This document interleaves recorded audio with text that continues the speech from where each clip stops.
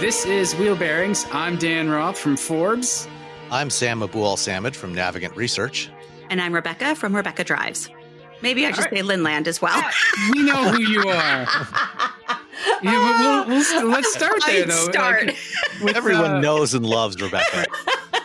But let's, at Rebecca Drives, actually, today, the newest piece of content is your review of the 2020 Jeep Gladiator Rubicon. So that's a good place to start. Excellent. Well, this thing is, it's tons of fun. I actually had the opportunity to go on the launch, which it's hard to believe, but it was a year ago. And that was really fun because we actually got to do some pretty serious off-roading as Jeeps are so capable of doing. But this time I had this thing for a week. Now, it's tough because you're really not supposed to be going out. You're supposed to isolate. And I actually just got back from Las Vegas. So I really am taking this quite seriously because I could be asymptomatic. So I'm being careful about where I go. So I took the opportunity, took it on the highway a little bit, up and back a bit to get a feel for it, just what it's like on the highway. But then I cruised around town and, most of Greenwich is abiding by the rules, relatively speaking. We had to close our parks and beaches because 9,000 people went to the beach last Saturday. Literally 9,000 people. It was nice last Saturday. Exactly. So I drove around Greenwich, took some pictures, got a feel for it, But yes, we did have closed our beaches. So, the Glad, first of all, it's a traditional Jeep. And so it's got the great looks to it, which I really appreciate. It's hard to redesign a Jeep. And this Gladiator, we have been waiting for like 14 years from the time they first brought the concept out. That is true. Yeah. And they keep teasing us too. Every now and then, like they do one for the Easter Jeep Safari. They'd be like, look, here's what you could have. Yes, exactly. Well, and the other thing is they also, in all those teases, they never used the Gladiator name. They used, Scrambler or some of the other names that they've had for Jeep pickups over the years. That's right. True. Yeah, no, exactly. So the base sport model. So one of the things they've done that's interesting about the Jeep Glad is that they've simplified the product lineup. And basically they've said, look, this is not a stripped down pickup truck version of the Wrangler. It's 31 inches longer for overall length, and it starts at $35,000. Now that includes a Jeep's incredibly high, or actually all FCA's incredibly high destination charge of $1,495, which is a lot of money, and I think it's one of the highest that I've seen that for like a non-luxury brand. Well, right? It has to come from Toledo. Yeah. Maybe they need extra security. Maybe. So anyway, so the base Glad starts at $35,000. So you're up in the upper echelons anyway. And it only has one engine. It's got a 3.6 liter V6, 285 horsepower, just below that for foot-pounds of torque. But it's a lot of fun to drive. It actually comes with a 6-speed on a manual transmission, which is awesome. This one I had, unfortunately, had been upgraded to the 8-speed automatic for $2,000. And, but I know, right? That's a pretty hefty premium. Well, that's the thing, right? Like, I don't know. It just seems like some of these numbers were pretty high. But then like the cold weather pack, which is the heated seats and steering wheel, that was $995, which I don't think was terrible. I think that should be standard. Well, especially in a Jeep. But again, heated seats and steering wheel, that's usually like a $300-$400 option on most cars. But again, though, this is. It's remote start also. So the cold weather pack has heated front seats, heated steering wheel, and remote start, which is not available with manual transmission. Well, that makes sense. Yeah. Yeah, that does. And then the leather trimmed bucket seats were $14.95. So those have a rear armrest with cup holder, full length floor console with armrests, leather wrapped park brake handle, shift knob. leather trimmed bucket seats, that seems like a lot. That seems like something you don't need to have, quite frankly, because if you're going to really use this thing as it's intended to be used, you want material that you can just hose it down. You can hose leather down. It's cow. No, you can hose leather down. I have done that myself. It does. It'll crack and craze. That like you got to condition it and stuff. Right. You have to treat it like skin. Yeah. Right. So you wash it, but you have to moisturize it as well. That's another podcast. But it's actually a pretty good sort of analog. Like Jeeps, especially Wranglers and the Gladiator, they tend to be very manicured and accessorized. They do. So like, this thing had all sorts of stuff. Yeah, and the price doesn't like. The one you drove was the Rubicon, so it rang up to $62,000, which is a lot of money when you consider it's not a full size truck. It's not a ton of money in the pickup truck world, right? Especially for these premium kind of niche pickup trucks. When you compare it against something like a Raptor, or some of the other premium off-road performance trucks, it's not crazy. Yeah, no, I agree. I mean, and I think that it's something that you can certainly trim that down. It's got it has the tow package on it, trailer tow package for $350. It has metallic paint. There's a couple of things that adaptive cruise control, sure, $795. A roll-up tonneau cover for $595. The body color 3-piece hardtop for $22.95. So that's the rear sliding window, rear window defroster, and Freedom panel storage bag. That's to get it in body color. So it would be black otherwise. $22.95. Now the thing is though that but in my mind, there's such a broad base. I've called Jeeps the brand of busboys and billionaires. And this is exactly why.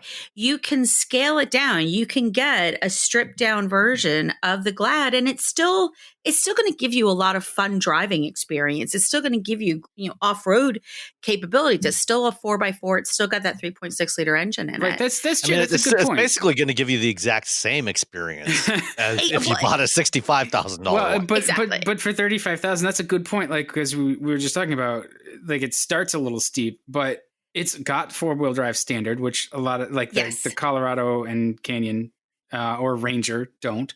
And by the time you get them equipped with 4-wheel drive and their V6s, that they're not that far outside of that $35,000 starting price. Exactly. Right. The other thing too is you need to consider, when you're looking at the price of something like a Jeep, is the resale values. Yes. Jeep, Wranglers have some of the highest resale values in the business. No, you're absolutely right, Sam. Even buying a used one, buying a 3, 4, 5-year-old one, oftentimes you're going to be paying almost the same price or, not much less than a brand new one. Yeah, you'll get a better financing deal on a new one. yeah, especially if you're leasing. Yeah, that's true, yeah. And, even if you're buying, if you want to replace it, 5 years from now or 3 years from now, you're going to be able to sell it or trade it in and get back a lot of what you already put into it and put that towards the next one.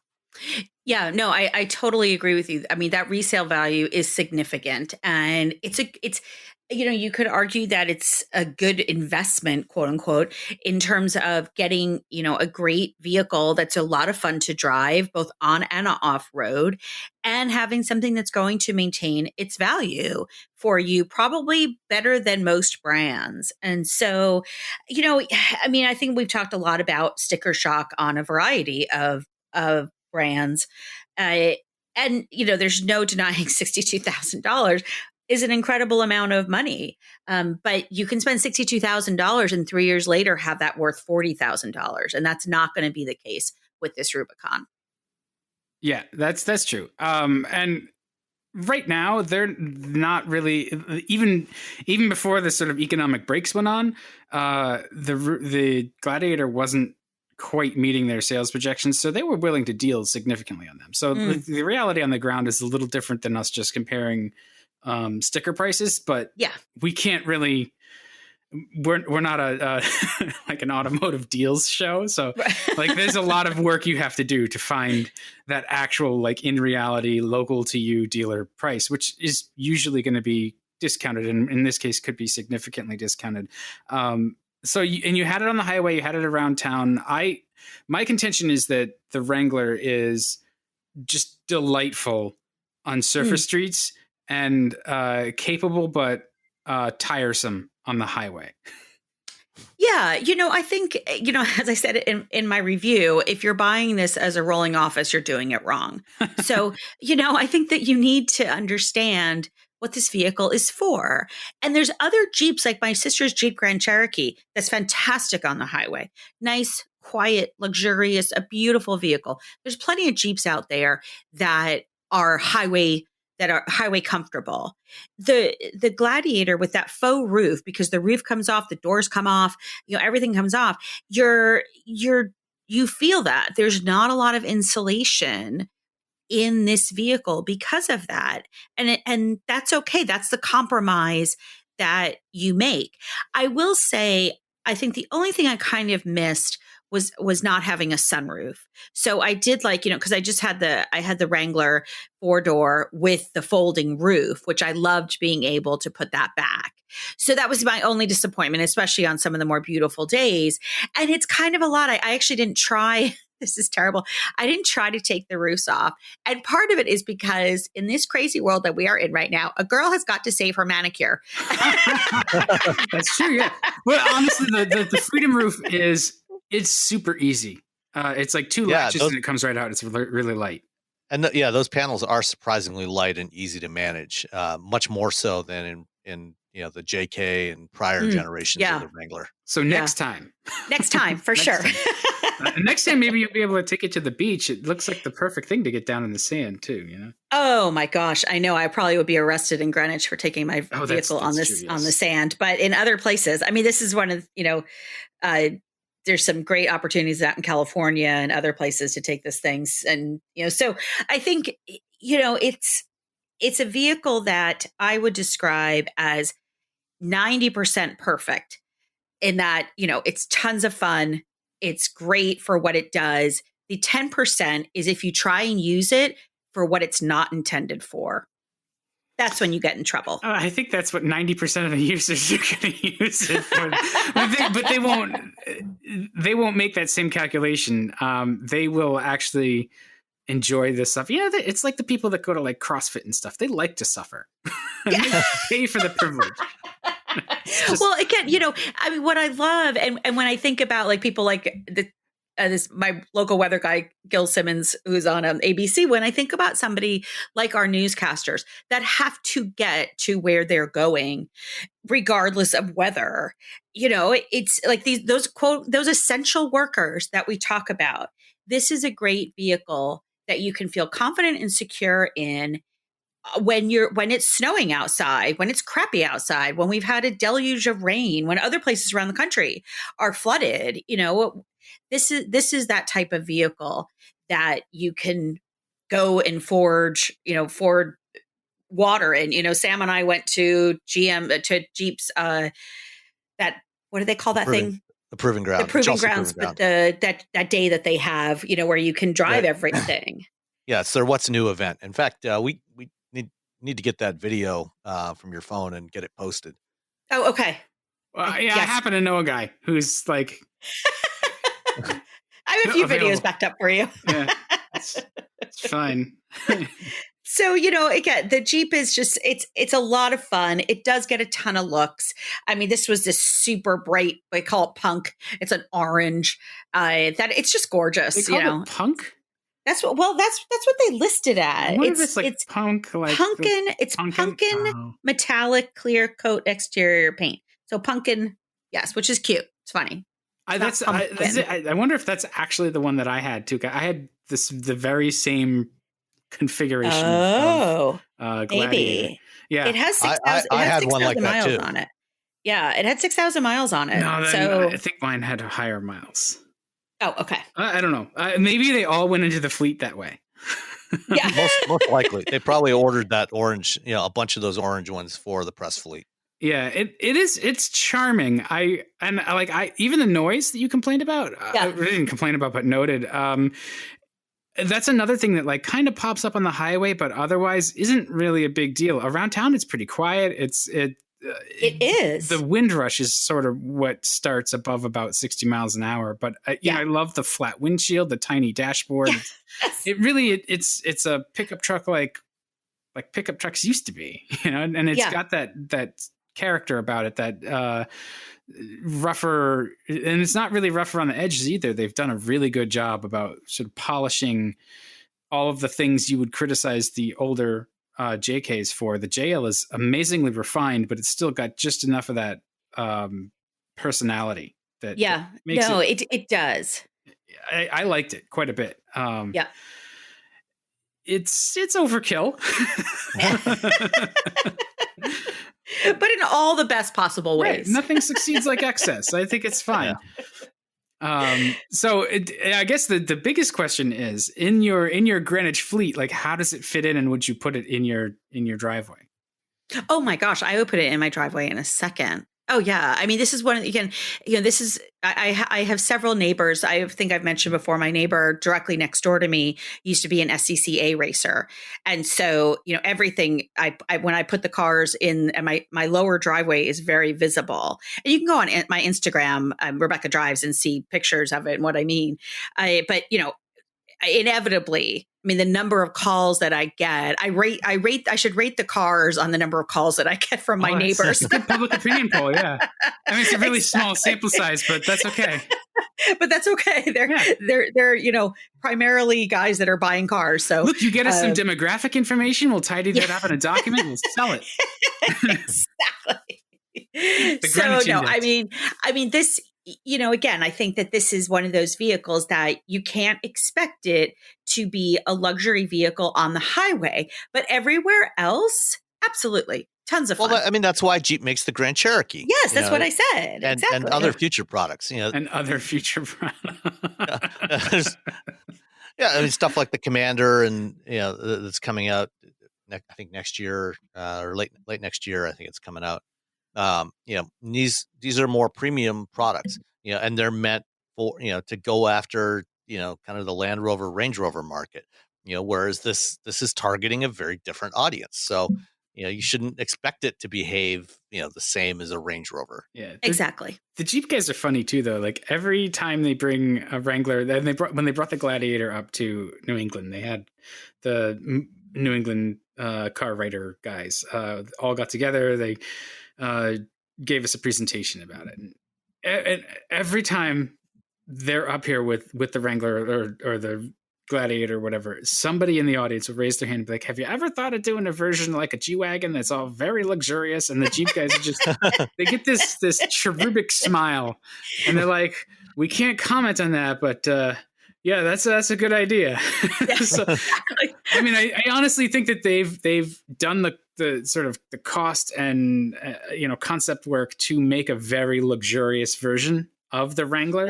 Well, even now, you know, I mean, if you like the JL rank, you know, the 4-door, you know, when I had one a year and a half ago or so, I had, you know, it was a silver one, you know, 4-door, you know, the unlimited with the hard top and everything, and from behind, you know, from the rear view or the rear 3/4 view, you know, aside from the taillights, you know, you could very easily mistake that for a G-Wagon. You know, the proportions, you know, very squared off. You know, I mean, it very much looks like a G-Wagon from behind. So, you know, they've clearly been thinking about that for a long time. Yeah. No, let's see what they do when they need to squeeze more profit out of the market. Yeah. And just to confirm, this one also did have that ESS stop start, and that's really good. It's really transparent, and I never mind stop start if it doesn't jar you awake when it restarts. This one is just, it's very transparent, very quiet, really well behaved. Well, yeah, Jeep's been FCA's been doing the stop start stuff for a while on the trucks and the Jeeps, and they've pretty much nailed it, you know. And then especially if you get into one of the vehicles that has the e-torque, you know, it's even better on those. But you know, the on the V8s and the V6s, you know, without e-torque, it still works really well. It does. They've done a nice job with it. All right. That's it. Cool. Fantastic. Well, let's jump to the next victim. Let me I'll just talk briefly about the Hyundai Kona because I drove it a total of like 10 miles. But I love that car. That's a great little runabout. I had the 2020 Hyundai Kona Ultimate all-wheel drive. It's really unpretentious, but it's also really, really charming. And it seems like every time I drive a Kona, like the circumstances are rather apocalyptic. What happened? Well, like this time we went on like this time it's obvious, but what happened last time? So the last time I had a Kona, I was doing an interview in Washington State. So flew into Seattle, picked up the Kona as a media loan at SeaTac, and then we drove it out to. We stayed one night in Olympia, and in Olympia. At night in the rain, when you try to cross an intersection and don't realize there's like these big curbs in the middle of it, you hit them and you damage the tires. Oh no. And so so we went out for dinner and I wound up like putting the spare on the front and everything seemed okay. And then the next morning we had to go from Olympia out to Aberdeen. So that's a little over an hour. And Aberdeen, it wasn't actually Aberdeen. It was Montesano and a little south of there. So that's logging country.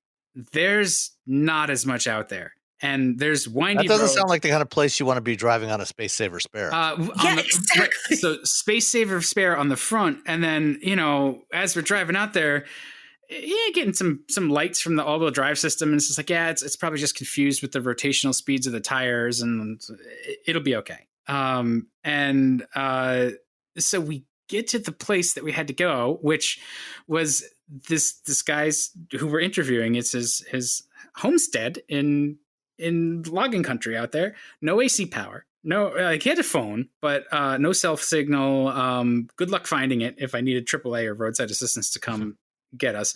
And I noticed that the back tire has a bubble in the sidewall and a slow leak. I'm like, Jesus, we've got to go from here. We've got to do the interview, which is fine. Like, it was like, we're here. We're good. Let's get what we came to get and we'll sort everything out later.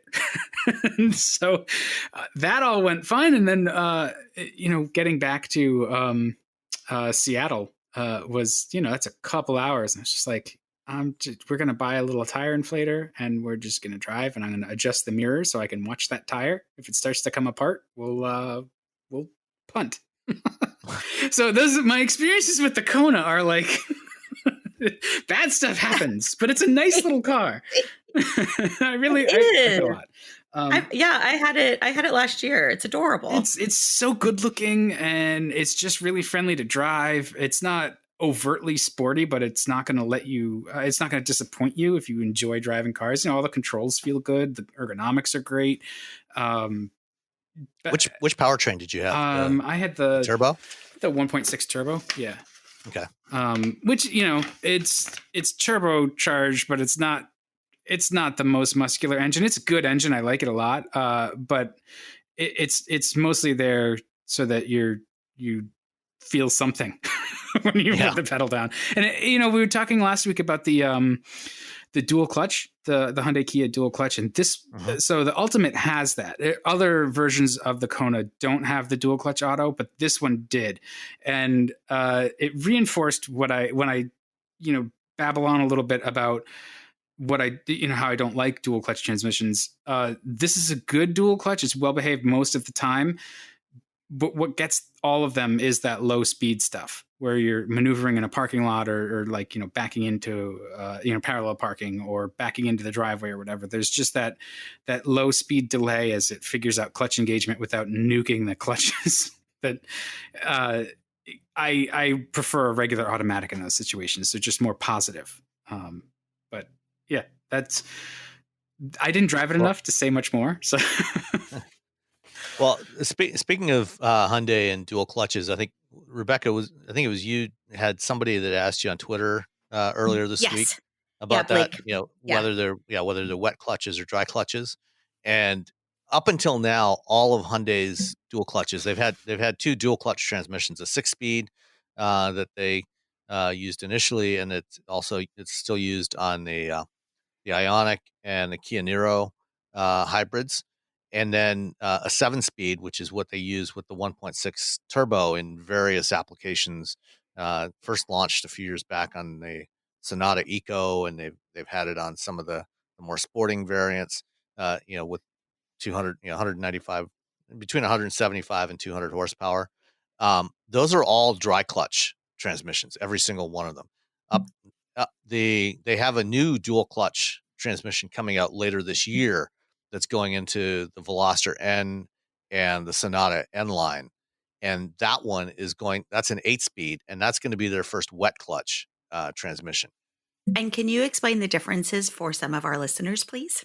Yeah. So basically, the clutch pack, you've got 2 clutches that operate in parallel and switch off. One opens up, while the other one engages, and they switch back and forth. Because a dual clutch transmission, you can think of it basically kind of like 2 manual transmissions running in parallel, and the gears alternate. So one set will have the odd gears, so 1, 3, 5, 7, and then the other one will have 2, 4, 6, 8. And the clutches engage and disengage each of those sets of gears. The clutches themselves on a dry clutch, it's like in a manual transmission where there's no fluid around the clutch, and those tend to be in many cases they have been a little bit rougher in operation, but they're also more efficient and lighter. Well, and they're rougher in operation too because they don't have that fluid, right, to absorb some heat. Yeah. So right, and then the wet clutch, which is what Volkswagen Group has typically used, all their DSG and S-tronic transmissions. Those are all wet clutch transmissions, and so they have a hydraulic fluid that the clutches are basically encased in. They sit in a clutch in a fluid chamber. And so that makes the operation a little bit smoother, but it also adds a little more drag. It's not quite as efficient, but they are a little quieter, and that's what you find on VWs and Audis and other VW Group products. The probably the prime example of a bad dry clutch is the transmission that Ford used for a number of years on the Fiesta and the Focus. And they're still trying to deal with the aftermath of that. Their power shift transmission was a dry dual clutch, and it was terrible. I hated that thing. Yeah, it was not good.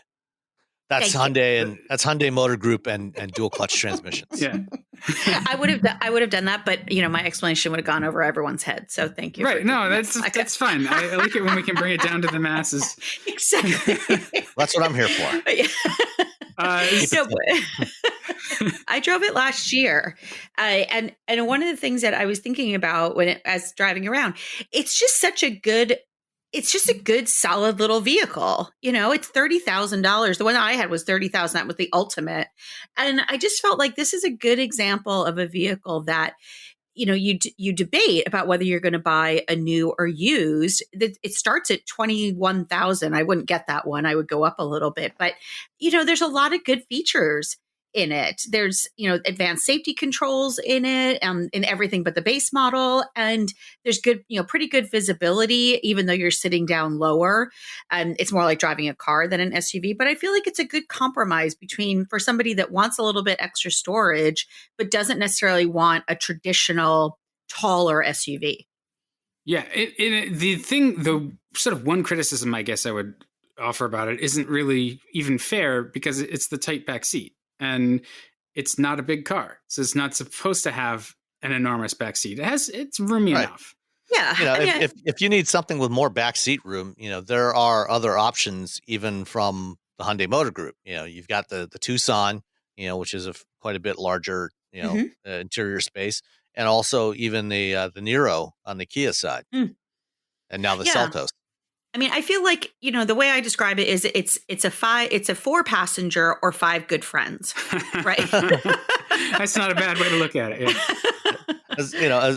As long as your 2 friends that are sitting in the back seat, are not of particularly tall stature. Exactly. You're not going to take your rugby team with this thing. Yes.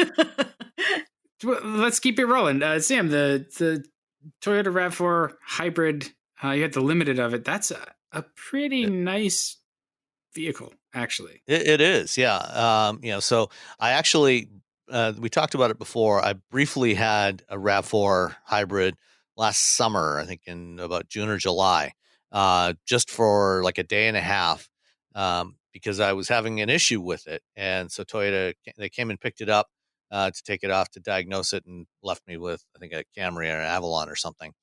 But the, the issue I had at the time was um, with Android Auto.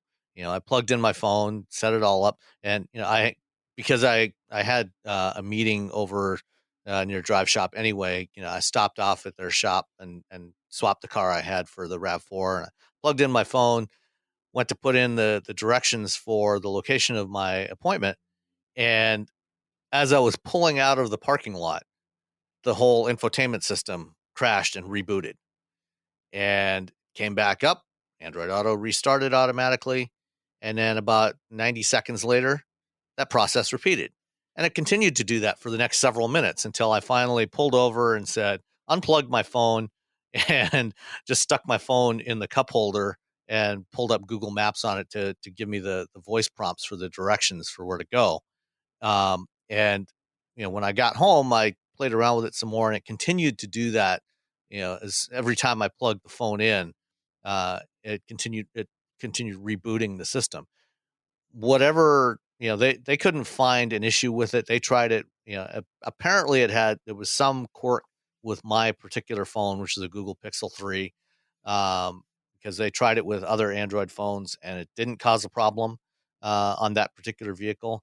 But sometime between then and now, there has been a software update to the system, because I was doing it with the exact same phone and it worked flawlessly this time. So that out of the way, Android Auto and Apple CarPlay both work now on the RAV4. No issues at all, which is good because the stock Toyota Entune interface is not good. Not great. Not good. No, it's bad. Not good. Let's just call it what it is. It's okay. It's bad. It's not good. Yeah. It's amazing because they sell so many cars, and you'd think they have the money and the expertise and the will to develop something good, and their system, and Honda too. Just who does these things? Bad. Who does these? That's what I want to know. I don't know, but it's anyway. Aside from that, though, the rest of the vehicle is actually really nice. Yes, I really like the RAV4.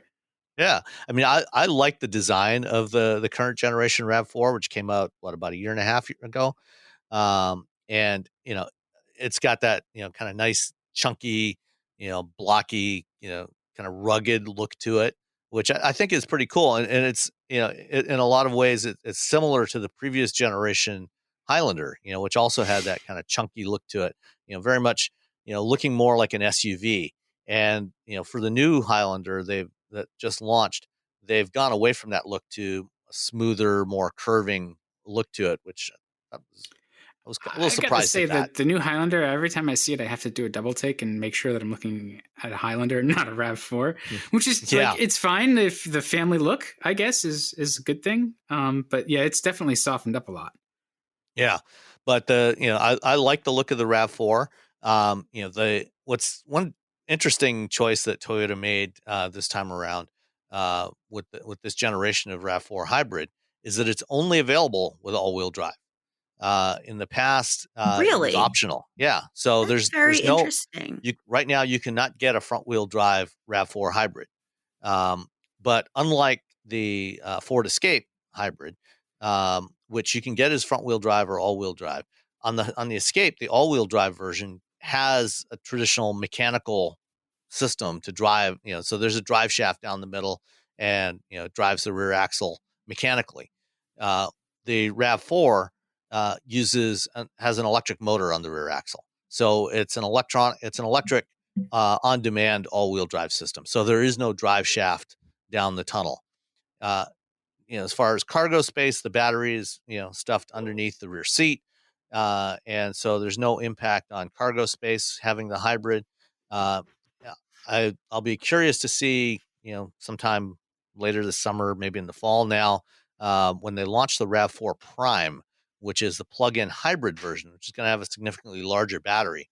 How that impacts, from the auto show, taking a quick look at it, it was hard to tell, but I suspect you'll lose some of the cargo space because there's some, in the RAV4 and the hybrid, under the rear, you got a flat rear cargo area, and then you lift it up, and there's some cavities under there where you can store, various things like, if you've got wet stuff from the beach or things like that, you can store that stuff underneath there, or just to store, put away stuff that you want to keep hidden from view.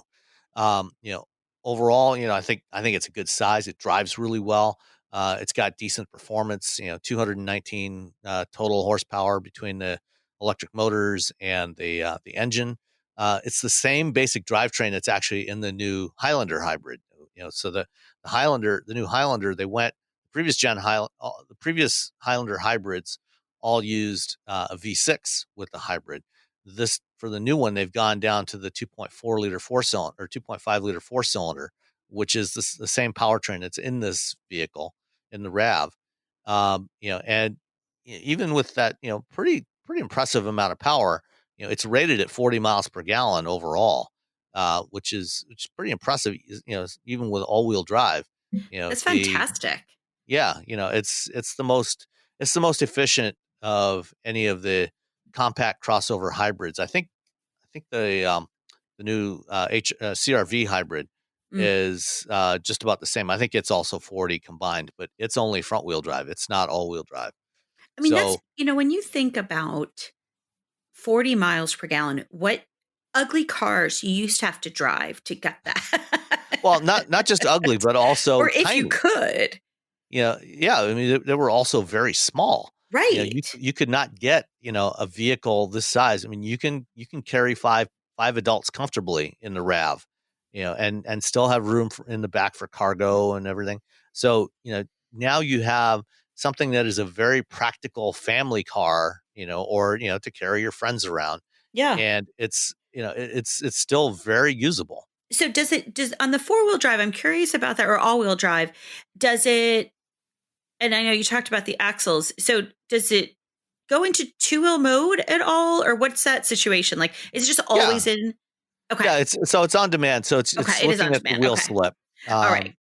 So when you're just driving down, dry paved road, it'll just be pulling with the front wheels. Okay. And then if you start to get some slip on the front wheels, then it'll send some juice to the rear motor. Right. Okay. So it has like a torque vectoring kind of system, or? Well, it's just that idea. Yeah, it's sort of torque vectoring. I mean, it's just, distributing some of the torque front to rear, just as any contemporary all-wheel drive system does. Right. So that's kind of the distinction between all-wheel drive and four-wheel drive. Four-wheel drive is a system where it's continuously splitting the power between front and rear, at a fixed ratio, and it's just always there. Whereas all-wheel drive, it's constantly varying the torque distribution front to rear. Right. Yeah, no, that's interesting. I mean, and that fuel economy really is, I think we sometimes take those kinds of things for granted, but that's if you can get 40 miles per gallon, do you know what you averaged? It was about 38, 39. Wow. And you weren't hypermiling, you're trying to, no, that's the thing, just driving. Yeah, just normal driving, I'd run some errands, and then just went and drove around for a while. And you talked earlier about, driving around Greenwich, over the last couple of weeks while we've been stuck at home. I think, at least, a couple times a week, I'll just go out and just drive around. Yeah. And I figure as long as I'm just, I get in the vehicle and drive around and I'm not getting out and interacting with anybody. Right. That's my thought too. That's as safe as sitting at home. Yes, exactly. I'm not putting anybody else at risk. Yes. And in fact, I've been doing that over the last couple of days with the vehicle we'll talk about next week, which is the Audi e-tron. I'm in the midst of doing a range test on the e-tron to see how many miles I can get out of a charge. Yeah. And so over the last couple of days, I've gone out and driven about 50 miles a day, and so I'm at about 100 miles on the current charge, and still sitting at about 57% battery state of charge. So I think I'm on pace to hit about 200, probably about 230 miles. That's great. It's a which is, tankful. yeah. Well, and it's, it's significantly better than what the EPA rating is, but we'll talk about that next week. Right. But the RAV, if you're looking for, a compact crossover, room for 5 that is really fuel efficient, of course, with gas at, $1.70 a gallon right now, and given everything else that's going on, Crazy. Fuel efficiency may not be on the top of your list. But if it maybe is, self-sufficiency is, and the more you can stretch each gallon of fuel, the less you have to stop and fill up, which makes a difference. And does it feel a little weird and like doing acrobatics without a net when you go out now? You're just like, man, if I get in an accident, there's going to be a problem. Like it feels, I don't know. Maybe I'm freaking out quietly and not actually acknowledging it. I don't know. Yeah, I mean, it could be that anyway. I'm not taking any undue risks. Let's put it that way. But the RAV4 is it's one of those vehicles that everybody loves to hate, and then just this iteration of it is a real kind of masterclass in why it sells so well. Wait, why do you think everyone loves to hate it? Because it's dull. And it is, but I think that enthusiasts might love to hate. Right. So that's I guess right. The consumers just love it. Let me clarify, because I don't want to be out there saying like nobody's ever heard of this before. It's on the consumer side, we love to hate it. And the Camry too, right? We all love to use the Camry as some sort of like example of It's an appliance. It's an appliance. Exactly. It's an appliance. But that's what most people want. Right. And there's absolutely nothing wrong with that. Even at that, the latest crop of Toyotas have been actually, from an enthusiast perspective, not bad to drive. They dynamically, dynamically before they were a mess. I talked last week about whatever car it was having greasy handling. And so it's the same thing. They were mushy and not sharp, and just part of why we didn't like them in the past was just like they felt crappy to drive. These feel good to drive, and they don't give anything up to do that. You get all the all the sort of well thought out storage and other nice features, but they also go down the road like the as if the people who tuned the steering spoke to the people who did the brakes and the suspension as well, which wasn't always the case. Yeah. Well, and the last 2 years, the RAV4 has been the number one selling Toyota brand vehicle in North America. Last year in the US, they sold 448,000 RAV4s. It does everything well. It's like, yes, I understand it's a crossover kind of SUV kind of thing, but it's a wagon, and it does everything well. And, by comparison, the Camry, they sold 337,000 last year. That's still no joke. It's 100. Wow. It's 110,000 more than the Camry, and 25% of the RAVs that they sold in the U.S. last year were hybrids. Wow. Yeah, they had 25% take rate on the hybrids. Wow. And in Europe, the RAV4 hybrid accounted for something like, I think, 54% of sales, RAV4 sales in Europe last year. Wow. That's amazing. Yeah. I mean, but that's, as you said, though, most people, not enthusiasts, not amongst our colleagues, it's an appliance, and that's okay. Yeah. Like you have to respect that. They want something that's reliable, that's going to start every single time you go out there, that is going to run for years and years and years and not give you any hassle. And on the off chance that something does break and needs to be fixed, you can take it to a dealer almost anywhere and have it fixed more often than not the same day. Even if you get into a fender bender, you can get body parts in, a day or two at worst. You're not waiting 6 months for parts to repair the thing if something goes wrong. Not that I would name any brand that does that, but it's there when you need it. It gets you where you need to go every single time. Absolutely. And when you think about the vehicle that you had with all-wheel drive, with 40 miles per gallon, I mean, that's just a fantastic. And what was the price point on it?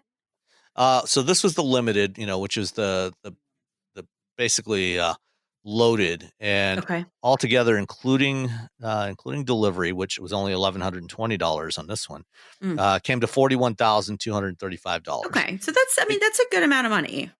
Yeah, I mean, but again, this has all the options on it, but even the base RAV4, Toyota is now including, a lot of driver assist features, lane keep assist and forward collision warning, pedestrian detection, all that stuff is standard equipment now on almost everything they build. Wow. And you're still getting a lot of features, even at $25,000, the starting price, or right. $28,000. 28,000. Yeah. And that's the thing. And you're getting a nice, this is a vehicle. And when we talked earlier about resale value, you're certainly going to get that vehicle is going to hold its resale value as well. And Toyotas, Hondas, those kinds of vehicles. And so, when we think about, which vehicle that you purchase, it's really important to consider all those factors. Now, if you're somebody that keeps your car for 10 or 11 years, it's not going to be as important. But if you're somebody that even leasing, resale value impacts leasing because you're basically paying off the depreciation. And then also, of course, if you keep your vehicles even 5 to 6 years, you're really going to, there's a really good chance that you're going to depend upon that resale value to purchase your next vehicle. And so you got to think about those if you are one of those people like us, that keep your cars for 10 or 11 years, that reliability, that durability is even more important. The fact that once you pay off that car loan, basically the only thing you're going to spend money on is, whatever gas you put into it, which in the case of this thing is not going to be that much, and insurance and, oil changes maybe once a year. That's the thing that I have found on the ownership side is I don't want the car to explode once once the loan is paid off. And that's something that doesn't happen very often with Toyotas. They don't explode very often. But you know what I mean? Like that was my experience with the Volvos, and even with the Jeep to a certain degree is like once you get them outside of that, and the Jeep has been a lot better than the last two S60s. Once you get them outside of that period, that typical period where you'd have a loan on them. So after about 90,000 miles, they just become very needy. A lot of cars do. Toyotas tend not to do that. Part of it is because they're not that exotic. They're sort of basic, solid, unexciting engineering. And so for good reason, they tend to be durable. And that's really what we're talking about, I guess, is durability.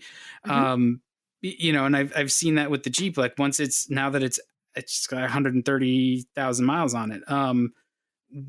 Now it's starting to have some of those things that just fail from old age. And so you have to account for that, but it's not quite at the end of its payments yet either. So I'm anticipating that there's going to be another whack when the payments end. And I, as an owner, I really like the cars that just, you pay them off. They're not designed to just get through that period without any trouble. And then just completely screw the people who want to keep them going and not bring another car into the world, which I realize is completely backward from a car enthusiast perspective. But you look at what BMW does, right? They changed their service recommendations, especially when they tilted heavily toward leasing. They moved all of the services out past 50,000 miles. They're like, yeah, basically for the first 50,000 miles, it's nothing. Gas, tires, oil, no problem, because they know that generally you're not going to have any problem with any car. They've been engineered well enough that they'll make it through. You would certainly hope that you wouldn't have a problem, in those first 40, 50,000 right. miles. So they can defer a lot of that stuff. And what happens is that puts a little extra wear on things. And because nobody's been in there poking around, you may not have found something that would have been easy to fix. And now it's a little more costly. And so I realize this sounds like a conspiracy theory, so I'm going to back off a little bit. But it just, customer preferences are, they want the thing to be trouble-free, especially while they're paying a lot of money for it. And then once it goes into that used secondary market, the cars that do well there, it's really telling. You can sell a very old Corolla. You can sell a 20-year-old Corolla for like $2,000. No problem. It'll go like immediately. which is amazing to me. It's like cars, they're so old, but they're durable and they're popular. So while we're talking about older vehicles, I do have a death in the family to report. My cousin's, I think 2008 Honda Odyssey that I talked about. Oh no! Back in February, finally gave up the ghost. It did. The engine seized, and she had to flatbed it. I know, it was tragic. That's a bummer. I know. So it happened last week. Hey, a used engine is probably not that much money. You can have a good project. You're not going anywhere. So yes, rest in peace to the Blueberry. That's too bad. Onward. One last note on the RAV4. I mentioned the driver assists that are standard on the RAV4, and this is on all RAV4s, both gas and hybrid versions. They have the Toyota Safety Sense 2.0 package as standard equipment, and that includes pre-collision system with pedestrian detection, lane departure alert with steering assist, lane tracing assist, which is basically a lane centering system, auto high beams, full range dynamic radar cruise control, so adaptive cruise control, which goes brings the car to a full stop when you're in stop and go traffic, and road sign assist, so the camera is reading the road signs and it'll flash it up on the instrument cluster in front of you, whatever the speed limit is, or other alerts. It'll show that on the instrument cluster. So if you're driving somewhere unfamiliar and you're not quite sure what the speed limit is, don't worry, the system captured that, and you can see it all the time. It's going to report back to central command that you're exceeding the system suggested speed limit. I wasn't going to get into that part. Speaking of conspiracy theories, so even on that base $28,000 hybrid, you're still getting all that stuff, and a lot of other features as well. So it's it's a really good value. That's why they win. That's why they keep selling. That's why 450,000 people a year buy them. Yeah, and the sort of the dichotomy was always like, well, the Honda's going to drive a little better. It's going to have steering feel and actual sort of like a little bit of sporty spirit to it, where the RAV4 is going to be a lot more numb. I don't know that that's still quite as wide a gulf. It's probably still true, but the Toyota's done a pretty good job about putting some life back into its cars in the last few years. So I've been impressed with them. We were talking a little bit about, driving around, with all of these lockdowns. One group that's not driving around is race car drivers. They've been all the races have been canceled, for the past month, and pretty much will be through at least into June. They just announced this week that the Indy 500 has been rescheduled from Memorial Day weekend to late August. The 24 Hours of Le Mans was moved from mid-June to mid-September. Most of the other races have been canceled, but that doesn't mean there's no competition to watch. You just can't watch it at the track. Have you guys ever watched any e-racing or any esports? Well, I've been to the e-racing. Well, not electric racing. I mean, you mean like esports, like online esports? Yeah. There was 2 documentaries. This doesn't help the current situation, but there's 2 documentaries on Delta that talked about this that I watched one day. It's fascinating. It's really popular. I mean, I know that there's a company up here in Massachusetts called iRacing. It's a really big player in esports. Yeah, well, and that's who most of the big series are teaming up with is iRacing. IndyCar is working with iRacing, IMSA, NASCAR. They've all partnered with iRacing to put races online. They're taking the drivers, right?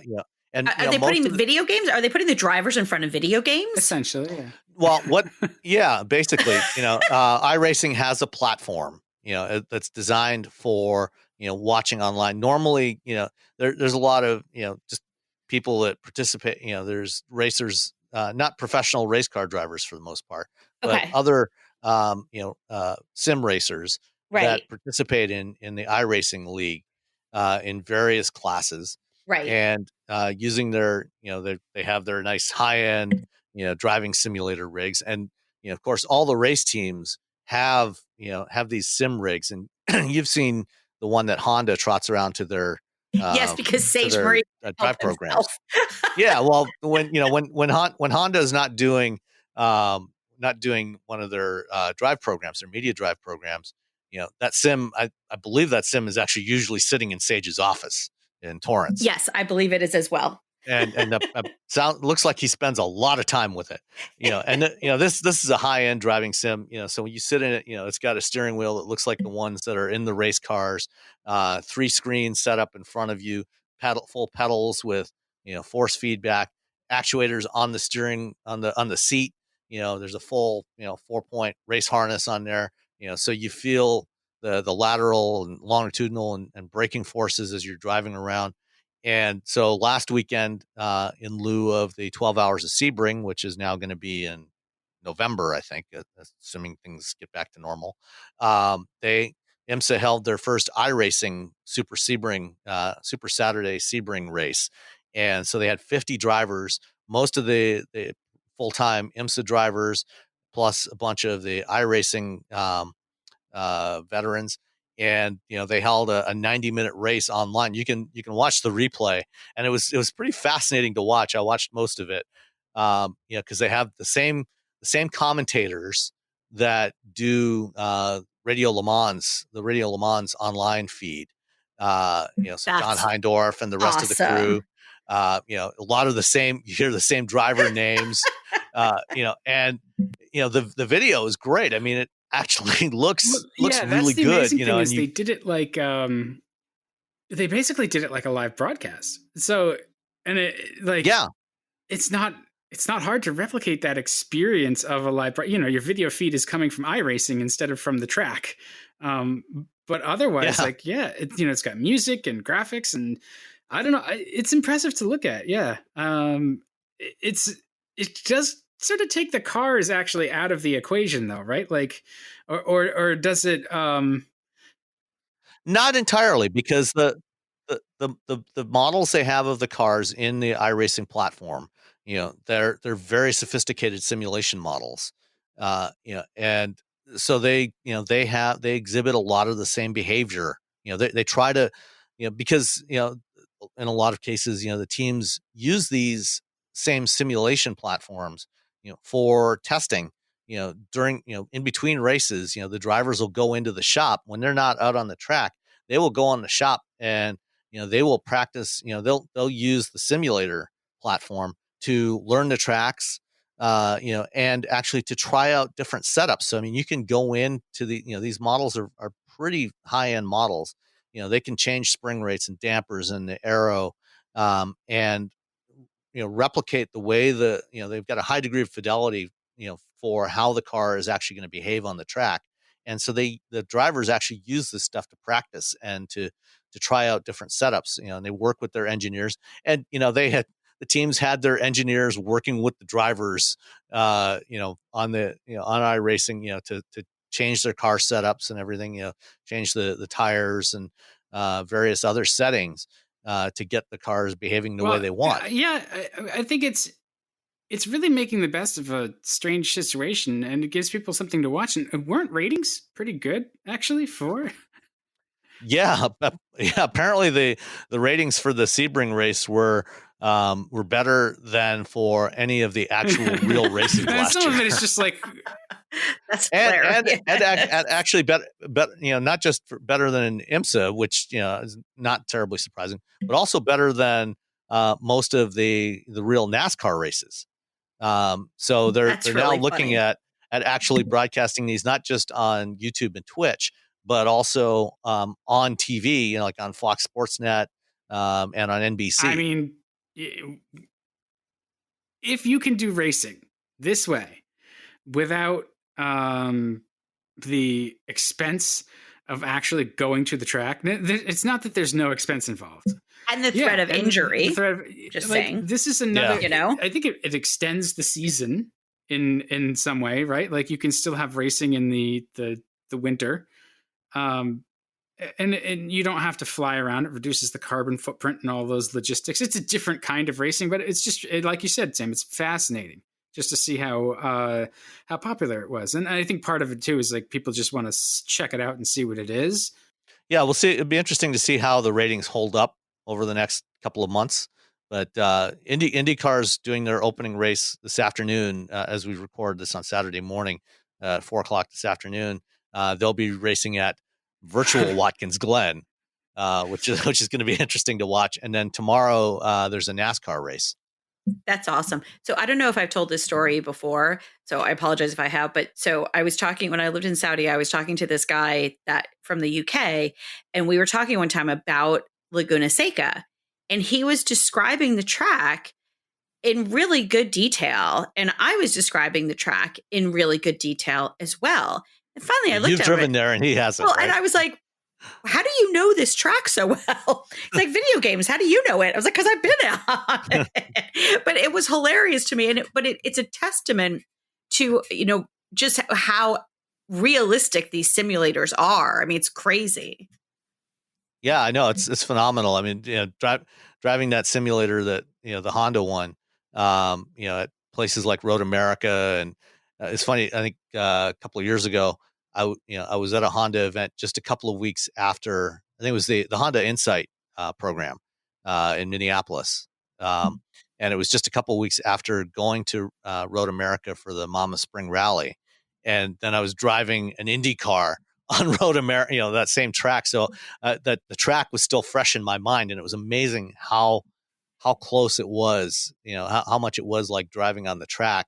That's really funny. Although obviously the behavior of an Indy car is radically different from the behavior, of an Insight, of an Insight or any of the other cars we drove, at Road America a couple of weeks earlier. Yeah, I if I sit down in front of that, I have this addictive thing for video games, so I got to be careful. I played so many hours of GoldenEye back in college. It's just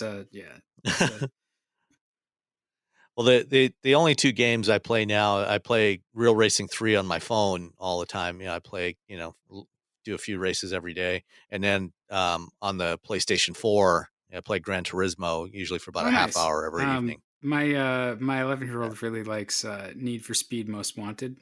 I think mostly because he likes to drive around and crash into stuff and get chased by the cops.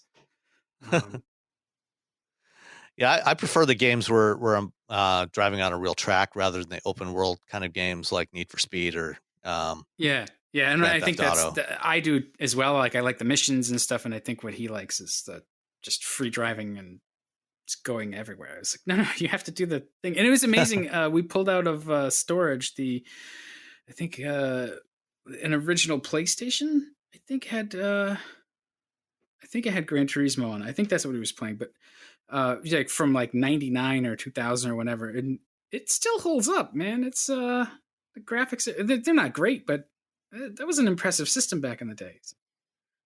Yeah, I mean for the time it was pretty amazing. I'll be curious to see how racing does. I mean, there's still no substitute for going to the track, and when we're all able to, I think that'll be like a breath of fresh air as well. But e-racing is literally it's a cool development. And it'll be amazing when some of the first e-racing stars, because there's already been people who've gone from e-racing to actual racing, but when some of those stars really start to move, and it just becomes racing, then there's no prefix. That will be cool to see. Yeah, well, I mean, Sony's had their GT Academy program for several years, and there was, I forget who it was now, one of the drivers from that won a GT Academy challenge, went on to race professionally for Toyota in their LMP and that's program. Awesome. I'd like to play video games and get picked up for a race car driving. That seems pretty good to me.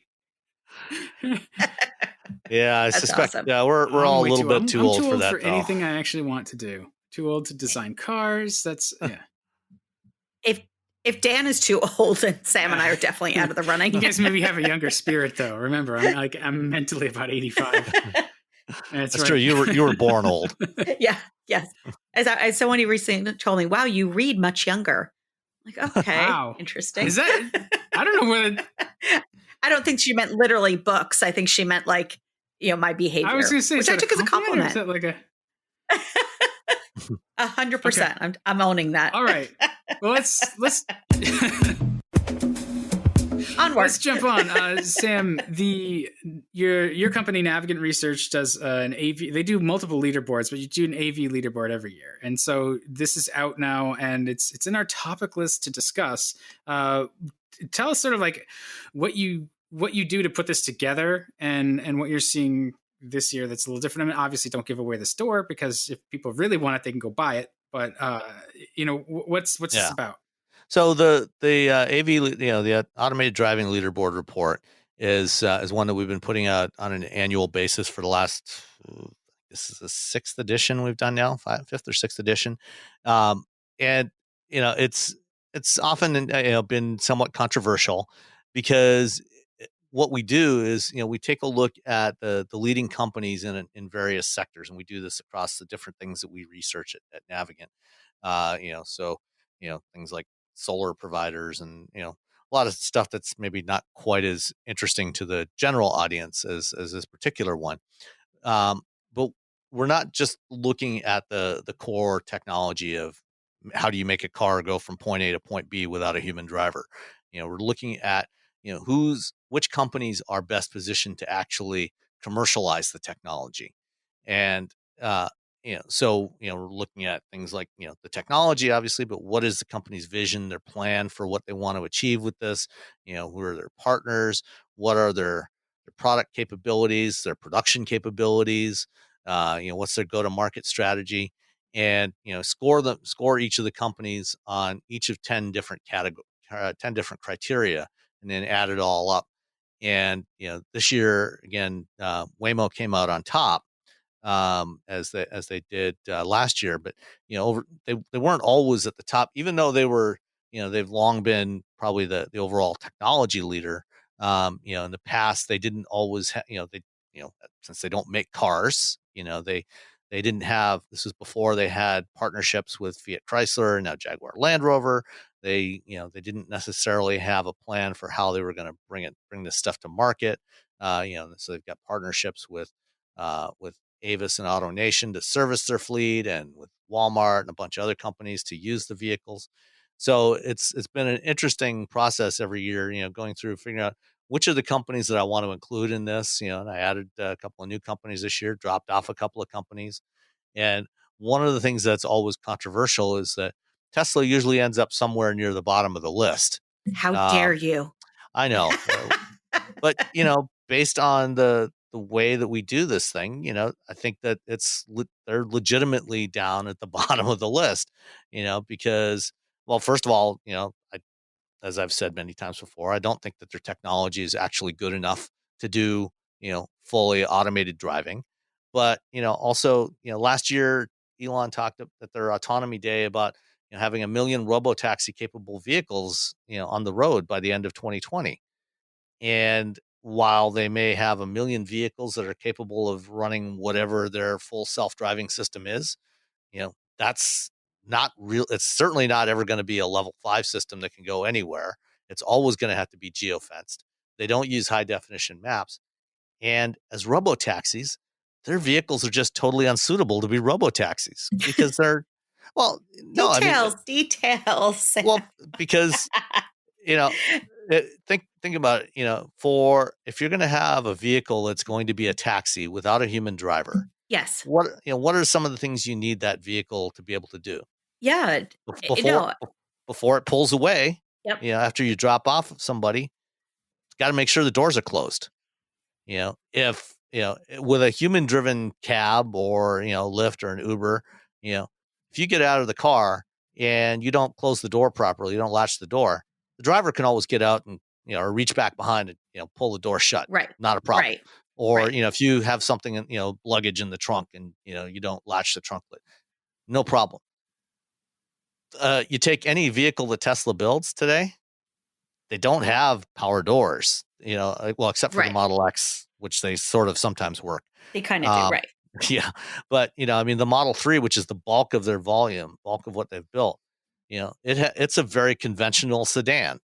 And, so it's just not suited to being a robotaxi. This is why, vehicles like the Cruise Origin are designed with power sliding doors. This is why Waymo, chose to use Chrysler Pacificas, because you've got power sliding doors and you've got lots of room It's easy for people to get in and out of the thing. Well, and you can reconfigure the cabin for, Yes. for suitable, as you say, for different not use having. cases. Right. Yeah. I mean, I think, Elon Musk he is both a futurist, he's a dreamer, he is somebody who does these extreme tweets. And yes, I'm still talking about Elon Musk. and anybody with any kind of good judgment and common sense, you can't read that tweet and think that that's realistic. It's you see it and you think that's not going to happen. It's a laudable goal. It's good to have those kinds of reaches. The infamous stretch goal that we all know and love from corporate speak. I think, I think that it's when you look at these kinds of technologies, when you look at this really what is futuristic in terms of full penetration of the market, to have all EVs, all level 5 rather, all level 5 AVs on the road, we're so far away from that, and we're so far away from making that a reality, even when it comes to just what we could put on the road today if the technology was available. But at the same time, especially now, because when we look at what's going on now, where we can't touch each other and you can't get near each other and all these different things, having some of that, like the self-cleaning car, the antibacterial materials that are going in, like all those kinds of things, pandemics like this actually could speed up investment in making this more of a reality. I realize that we're far away from the Navigant board that we're talking about, the automated driving vehicles board, but it's interesting thinking about what are the opportunities that this pandemic creates. Yeah, I think there's definitely some opportunities. I actually think that the reality right now, because of the economic situation, we are when the pandemic does subside, hopefully sometime in the next few months, we're still going to be left with a very big economic mess that is going to Absolutely. we're not going to have an instant recovery. Things are not going to be back to normal in September. It's going to be probably multiple years before, for example, the automotive market recovers fully. I think, the forecast, we're working on an updated forecast right now, and it's probably going to be 2023, 24 before the market gets back to where it was, in 2019. And it might actually be much longer depending on the responses of, certain levels of government, in the next few weeks and months. If the situation gets worse, much worse, which it very well may, we could be talking many years before we get a full economic recovery. And one of the impacts of that is going to be, companies are going to have to be taking a look at what they're investing in the near term and the long term, and making some very hard decisions on where they spend their R&D dollars. Sure. And given the reality that robotaxi technology is simply not ready yet, and we're going to be into the mid 2020s, even if this pandemic hadn't happened, we'd be looking at 2024, 25 before we start to see any significant volumes of robotaxis anyway, of real robotaxis. And so real return on investment, revenues is many years out from where we are today. And companies are going to have much more pressing priorities in the near term. And it wouldn't surprise me if, through the remainder of this year and into next year, if a lot of companies start scaling back some of their investments because they just don't have the cash to spend on it, and prioritizing it in other ways where there's going to be more of a near-term return. But what you said about, self-cleaning vehicles is crucially important. I mean, you and I last fall when we were at Magna, for their technology day, we saw, different materials that they're working on, different kinds of seat structures. I also wrote a blog post last week for the Navigant research site on, robotaxis needing to be able to disinfect themselves. Yeah, that was fantastic. I mean, it's so true. That's what made me that's and both of those things, both the Magna International Day and your blog post, it reinforces that need for this kind of disinfecting sort of system, which is fascinating. Yeah, I mean, today, you can get little disinfecting devices, UV devices. Phone Soap is one company that makes them. There's a few others that, basically a little box that you can stick your phone in, and it flashes it with UV Yeah, light. so I actually got one of those. Oh, did you? I did. I don't know that it's working. It came yesterday, and it lights up. But if it's supposed to be flashing, mine's not flashing. No, it doesn't flash. It's on Okay. continuously. Okay. Because but there is, so the UV stuff though, you have to be careful with that. Like there's a specific amount of time it needs and intensity that it needs to be exposed to. So like for your phone, right? Like you're talking about a box that you put your phone in and it exposes it. That's fine. It's usually got a timer. I've had one in the past for, the electric toothbrush. You can take the toothbrush head and stick it in there after you use it, and close the door, and then the UV light comes on and it disinfects it. And how can you tell? Just the well, you don't the get light. sick. Yeah, the light. Yeah, exactly. Right. I mean, typically there's a window on there. You'll see the light come on, the UV light. Right. Yeah. I can't tell if it worked in. But anyway, we're off topic. Yeah. Back to the cars. But I mean, it actually is a relevant topic because, imagine, in an environment like we're in today where, you're supposed to be social distancing. One of the things that we're dealing with, as we get car deliveries every week, the companies that manage the press fleets, Drive Shop and Navs, and I assume the guys doing it in your neck of the woods are doing this as well, Dan, is they've initiated new protocols, for contactless deliveries. So what they're doing is, in the past, they would knock on the door, hand over the keys, you'd sign the loan agreement, and you'd give them the keys for the other one. Now what they're doing is asking us, they'll give us a call when they're on their way. We leave the keys in the car that they're picking up. They will bring the vehicle to us. They'll wipe it down with disinfectant wipes, leave the key inside there. And so there's no direct contact between us right now. I actually I wiped down the keys that I got yesterday. Yeah. Well, and when I go out to put the keys in the car, I wipe it down, before, when I get out of the car before they get there. So I've already disinfected the one they're picking up, and they're doing the same for the one they're dropping off. Now imagine, robotaxis, people getting in and out of these things all day long. It, if somebody's driving the vehicle, if you've been in a vehicle, if you're driving a vehicle and you've got a passenger that's been coughing and hacking, all over the place, the driver can make the decision, go wipe down the back seat or, whatever they might decide to do. But in an autonomous vehicle, who's going to do that?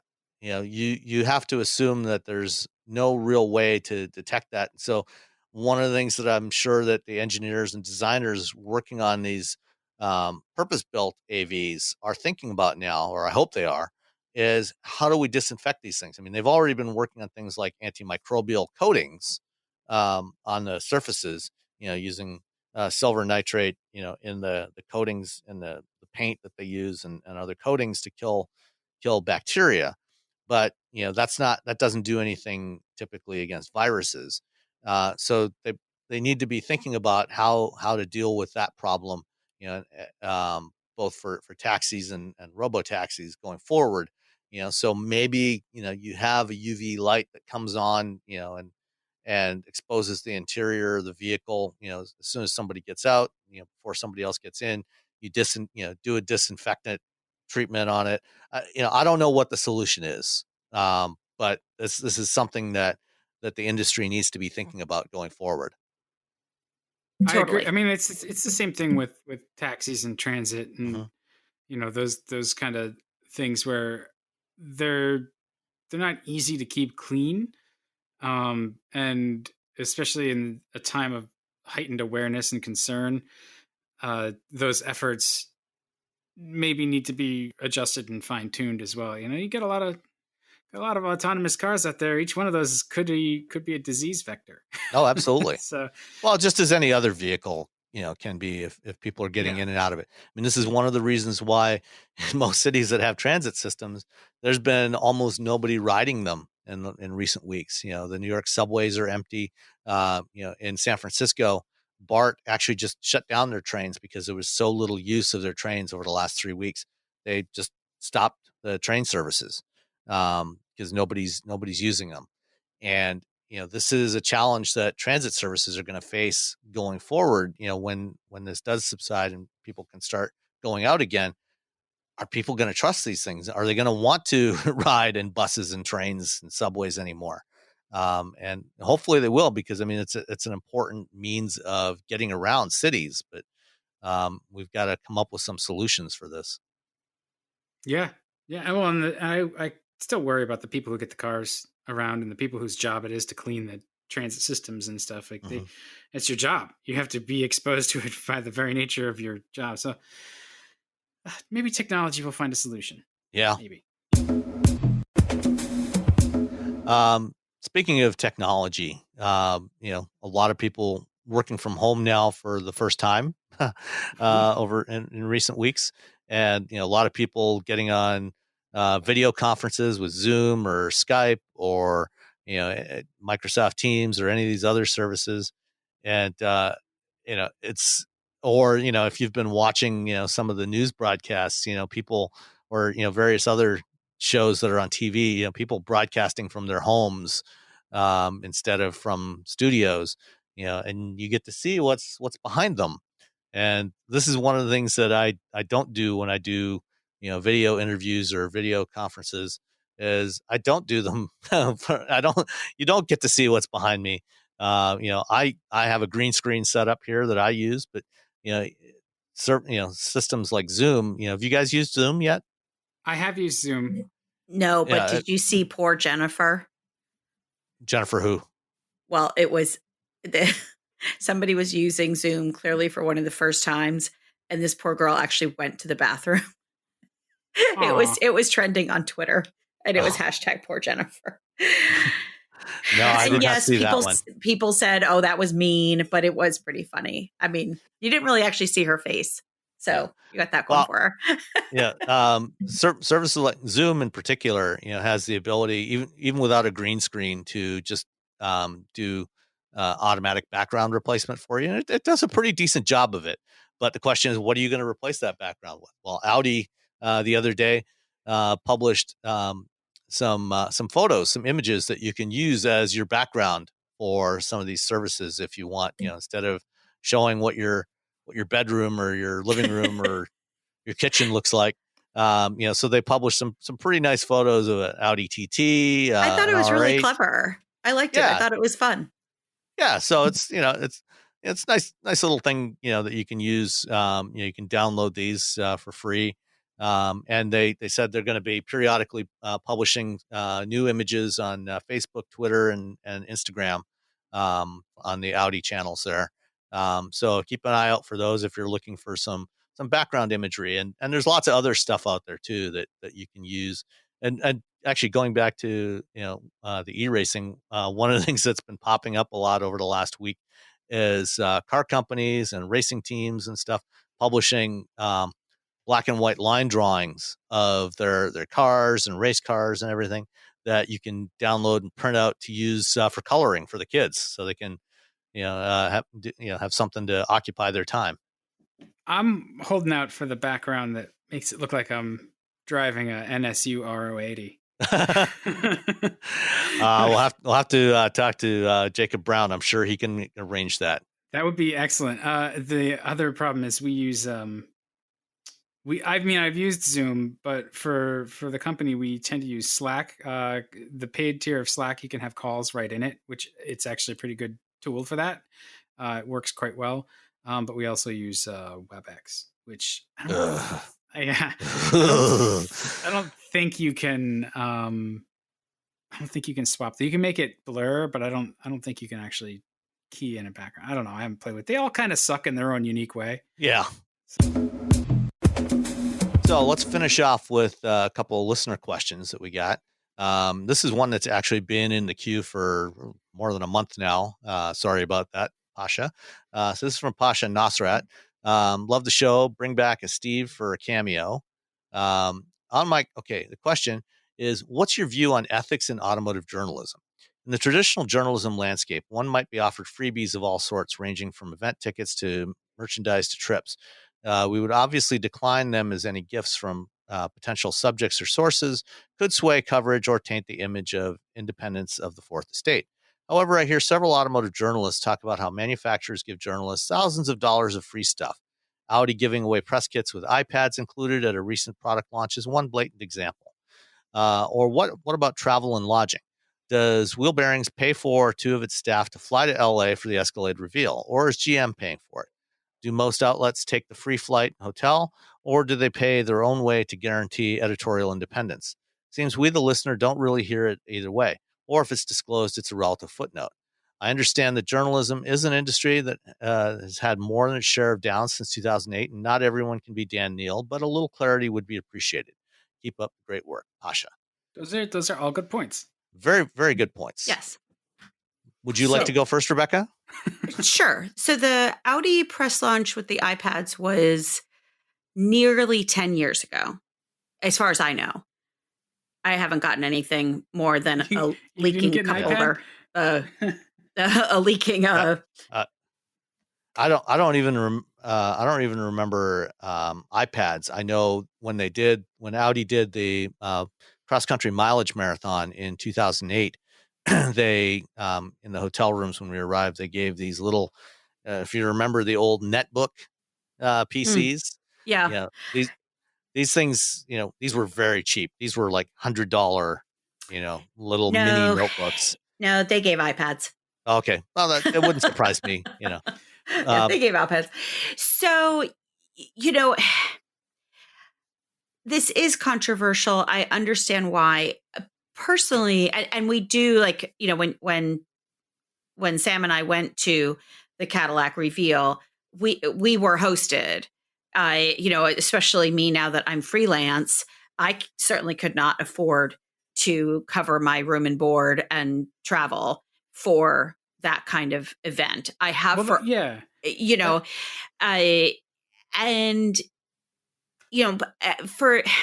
think that we try as much as possible to be objective.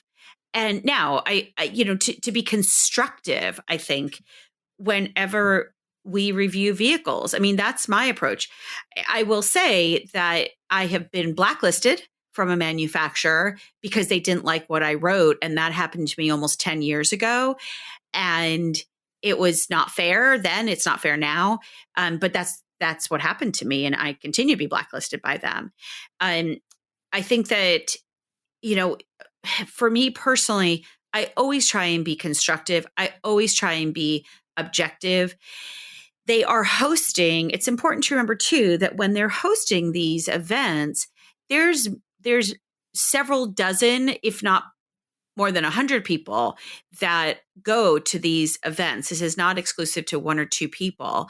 And I think the journalists, what I also try and do is if I have concerns as I'm at that event, I will talk to them and say, can you just go over something with me, whether it's the infotainment system. I had an issue with a vehicle that actually was the steering was terrible on it. And I thought, this can't be right. And I talked to one of the engineers and she was like, oh my gosh, let me look at it. And it turned out that they had issues with the steering. They thought that they had corrected all of them. And I just got the one that they didn't. And they took it out because it was a pre-production, which is often what we drive as well. And, they gave me a different one to drive, and I actually drove 3 of them, and they all drove better than that one. So if I hadn't talked to her at that and rather just went with the idea, I'm just going to annihilate them, it's sort of, I wouldn't have been reporting it factually, because it's not that steering is actually not available on the road today, and certainly not in pre-production. So I think that we I personally approach it, try and be as professional as possible, try and be as constructive as possible, ask them questions if I've got issues with the way something is behaving in a vehicle, and kind of give them the benefit of the doubt, whether I'm staying in a 5-star hotel on their dime or not. They're not doing it to bribe us. It maybe some people are bribed by that. I feel like they're doing it, it's a combination of representing the type of lifestyle that some of these people stay in. If I'm going to be driving a Lexus, somebody that's driving a brand new Lexus is not likely staying in a 2 or 3-star hotel. And so they do that to kind of reflect the type of, this aspirational lifestyle. So, we are definitely treated very well. It is a bit of an anomaly in today's world. But at the same time, when you look at what influencers are paid they are both paid, they're compensated for their time, which we are not. So an influencer is compensated for their time and they get all of these perks simultaneously. That is not our situation. Yeah, so I definitely understand it as sort of it's an access journalism kind of model. So yes, they will invite you. They will often fly you out, and they will put you up and feed you and give you the presentation, give you the car. It's an event that does a couple of things. It puts them in control of the situation, of how the vehicle is presented and experienced. But there is that sort of seamy side of it where I think it's important to say, like, oh, so-and-so flew us out. They put us up. I don't think it really detracts from the objectivity of the way a lot of us do it. We're professional sort of car evaluators, if that's that category, right. Or we try to be. Yeah. Well, and also, like, we're not, we're not reviewing the hotel. We're not reviewing the food. Like, so there's, But I see how that can color the impression. Absolutely. It can definitely put you in a better frame of mind. Yeah. And so like that kind of thing, I would much prefer they just send the cars to us, come up and like have a little presentation with us. But that's more expensive to do. Right now it's not even possible. So I understand the position that car companies are in. It's PR. And so they're managing PR for their product launch. It makes perfect sense. The journalism side of it seems a little unclean, and it kind of is in some ways. I've never gotten something as extravagant as an iPad, or they'll hand out thumb drives that usually have the press kit on them. Sometimes you get a hat. Yeah. These days it's mostly hats, water bottles, travel mugs. Yeah. And a leaky water bottle at that is what happens. Right. So like those things are, the press kit on a thumb drive is immediately useful. That's like, they're giving you the tool to do your job. They're giving you the photos, the press releases, the information. They're also giving you access to the people that are there at the event, which is really the biggest thing. And like, that's the reason why car shows are important now. Still. Yeah. It's one of the few times that we get to talk with, engineers, designers, various other executives, that were involved in the process, and, ask them, get the behind the scenes story of, well, to the degree that they can share that. But, to try to get a feel for, what drove, the decisions that created this vehicle. Yeah. And they get a chance to know us also, to understand the work that we do, to understand our perspective. Right. I learn a lot, and they learn a lot about the relationship, because we do have relationships with these people. There's no denying that. And it's just like any other side of coverage. You think the people in the political sphere, if you think they don't have relationships with the people they cover, exactly. I think, and I don't mean any other kind of relationship other than like a collegial kind of like professional relationship. They know each other, and they'll play ball. The car companies are the same way. Yes. You have established yourself as somebody who, you'll call it out if it's a problem. You'll also the best thing you can do is if you're driving a car at an event, or even if I get one as a loan and I notice something's weird, I talk to the person at the car company and say, hey, I'm noticing this thing is weird. Sometimes the answer is like, yeah, it's supposed to be like that. And then you can be like, well, my opinion is I don't like it. Exactly. So, well, exactly. That was or my other point, times, too. yeah, or other times it's like the situation I had with Android Auto, in the RAV4 last summer, where, I noticed a problem. I, sent a note to the PR folks and said, hey, is this something you've seen before? And, in that case, they took the car back to investigate. Yeah, and I've had other similar situations over the years where, there's been some sort of issue, where they'll take it back and check it out. And sometimes it's a particular problem with that vehicle that needs to be corrected. Sometimes it's a more broad ranging problem like it was with the RAV, and that feedback goes back to the engineering teams and they correct it. So it's and certainly I have given plenty of negative reviews over the years on a lot of stuff, and I, to the best of my knowledge, I've not been blacklisted by anybody. Most companies are still pretty responsive to me. But as Rebecca said, it's we try to be professional about it. And when it comes to the travel portion of it, what we experience is very different from what say an Instagram travel influencer. Oh my goodness, the influencers experiences. Yeah. I mean, for us, yes, we often get to go off to various exotic locales, and stay in fancy hotels, but it's like they fly us in. We get in the afternoon, go to the hotel and go up to the hotel room. You have time to take a shower, do a little work, have some dinner, drive all day the next day, and, in some cases we might be might be leaving the same day. It's not like we get to often hang around and sit on the beach or sit by the pool for an extended period of time. It's more often than not, it's in and out, in at most 2 days, at most of the time it's at most 2 nights, the day we arrive, the night after the drive, and then we're usually out oftentimes very early the next morning. Yeah, I think that part of it to me is kind of the nonsense. I hate that part of it, mostly because it's so much travel that seems kind of pointless to a degree, other than to frame the car in a particular setting. I don't see why they couldn't do that with the same level of control. It's certainly a different atmosphere. Have people come to your US HQ, like it doesn't have to be BMW flying you to, the Black Forest, right? Like they could have you come to New Jersey, which I realize is not the same thing. I get it. And sometimes that is what they do. I don't personally like those launch event things. I understand why they're there, but I do think that it can sort of put a thumb on the scale of impressions. But I think that they're going to put a thumb on the scale of impressions no matter what program they run, where they run it. That's their job.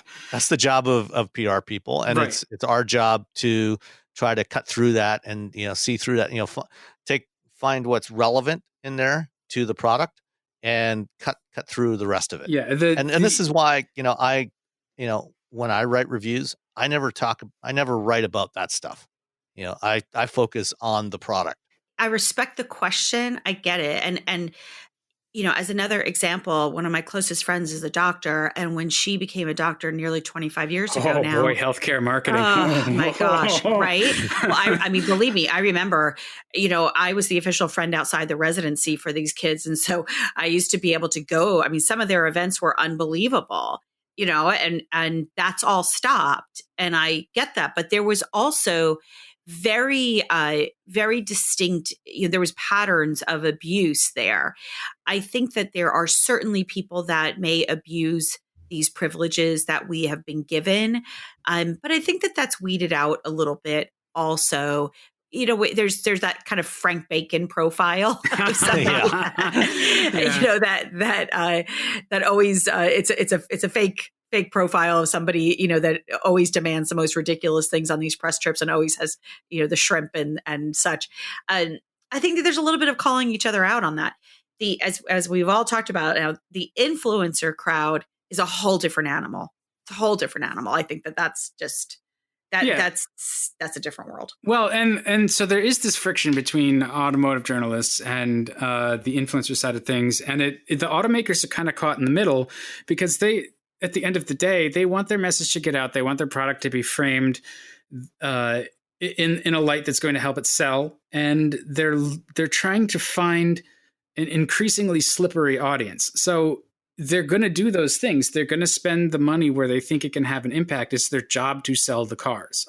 So understanding that, it's our job to report, I think, fairly and from a basis of knowledge and experience with the competitive set. So they have to lend us the cars. So there's that level of access that we get there. Consumer Reports buys the cars most of the time.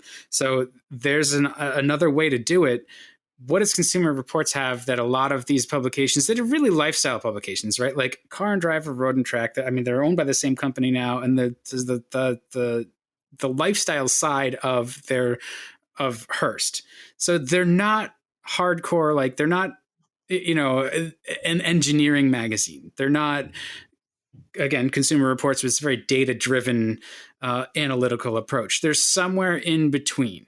They're entertainment and with a side of sort of product evaluation. So it's really tough. We don't newsrooms don't have budget to send people around anymore.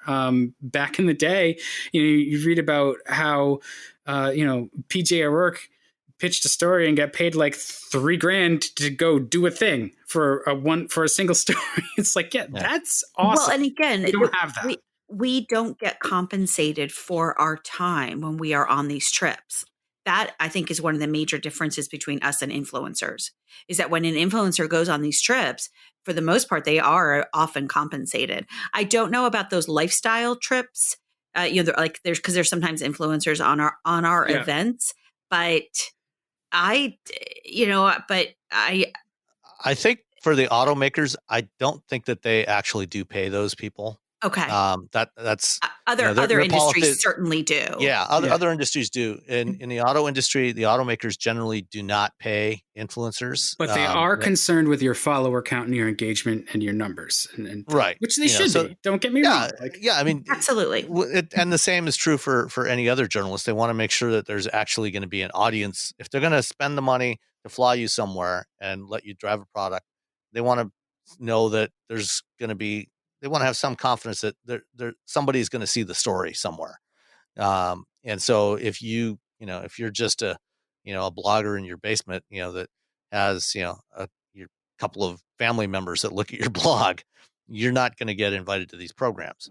But the travel influencers that get paid for their time, the automakers don't generally pay. As far as, to the best of my knowledge, they don't pay those people. I certainly have never received a payment from an automaker. I've cost automakers more than any kind of benefit yes, they get from me. You got to understand, they're giving us cars, and so stuff happens to those cars while they're in our care. That damage magically gets fixed. Automakers foot that bill. They foot the bill to get the cars to us, to fund the fleets, the fleet companies that get that contract. So there's a lot of expense there that when you start to peel it back, it's definitely an access to the product and to the players side of the industry. You can still be objective and fair, but you have to be fair. You can have a personality too, but if you're constantly just complaining about whatever you don't like, often if you're more trouble than it's worth, it will stop inviting you. You can't just come at it with only opinion. You have to do research and study, and you will find that, like Sam, you don't write about the experience because that's not what you're there for. You write about the car. I'm also pretty turned off when I read those reviews and it's like, oh, the sunrise in Mallorca is beautiful and blah blah. Who cares? Tell me about the car. And you'll find that all of those launch events, they all have the same story because they were all in the same place. All the pictures look the same. Like, that's very dull. So you can sort of see right through that. We've gotten into a little bit of inside baseball, I think Pasha has a really good point. It was a great question. Yeah. I appreciate it. And also to answer one other part of that question, there are some publications that that pay their own way. Like, for example, the Wall Street Journal, who Dan Nail works for. They don't take paid trips, as far as I understand, or at least they did in the past. I don't know if that's changed, but those publications. I know Automotive News also does not take paid trips. They pay for their writers to go on these events. And, if that's the case, then, when you accept the invitation, there's on the registration form, there's always a thing there, will you need us to cover your travel, or will you be covering it? And if you're covering it, then they'll send you the bill for it, and then your employer, your publication takes care of that. Yeah. And I think that's the cleaner way to do it. It's just, this is a business that has had a lot of money. Journalism as a whole has had a lot of money just vacuumed right out of it. There's one here. It says from Mark in Bentonville, Arkansas. Maybe a weird question, but wondering if some sedans have better ventilated seats than others. If yes, which manufacturers have the best? Backstory: lives in Northwest Arkansas, can have humid summers, so thinking a good ventilated car seat would make life a little more comfortable. Have you noticed any substantial difference in the quality of the ventilated seats from one brand to another? Yes. Oh, okay. I can't wait. Oh, you haven't? Well, I can't think of any right now, but I'd love to hear your thoughts. I think the German premium brands do it pretty well. Mercedes, in particular, stands out to me. Ford seems to have decent ventilated seats as well. Those are the two that sort of, I can usually count on them to be okay, where you actually feel something. Ventilated seats tend to be more noise than comfort to me, but I can understand how they would be a nice thing to have when it's a more humid place. So those are the two standouts. So get yourself a Mercedes or a Ford. I was thinking the Kia Telluride, because I'm pretty sure that had ventilated seats. Probably, yeah. And I had that in late May, and on that long trip when I had to go down to the Jersey Shore on Memorial Day weekend, which was sub-op. But it was great. I love the ones where they're graduated, where you can select, like even the Jeep Wrangler, the Jeep Gladiator has 3 different settings for the heated seats. And I love that, because then you can kind of adjust, based on whether you want it, what you want. So I think the ventilated seats are something that are getting better and better. Like anything, the fan can definitely be loud on them for sure. But I completely appreciate the question, because it's a very valid one, especially given in the South. Yeah. Yeah, I know there are some that I've experienced where the ventilation didn't really seem to have much noticeable impact, but unfortunately, I cannot think of the specific brands or models off the top of my head. Well, now we'll pay closer attention to it. We should make a checklist of things that we need to. All right, and we got one more from this morning about from Twitter that I thought was interesting. So, has social distancing opened up the roads for you? Oh yeah, Daryl noticed that the roads are wide open in his area, and yeah, I could probably hit Boston in less than an hour from here right now. Yes, but and Greenwich, we certainly have seen that, but we've also seen. I mean, I saw a lot of cops because they're cruising around, but not only because I can't say that crime is down, because it's not really exactly high here. Cars left with their keys in it. Anyway.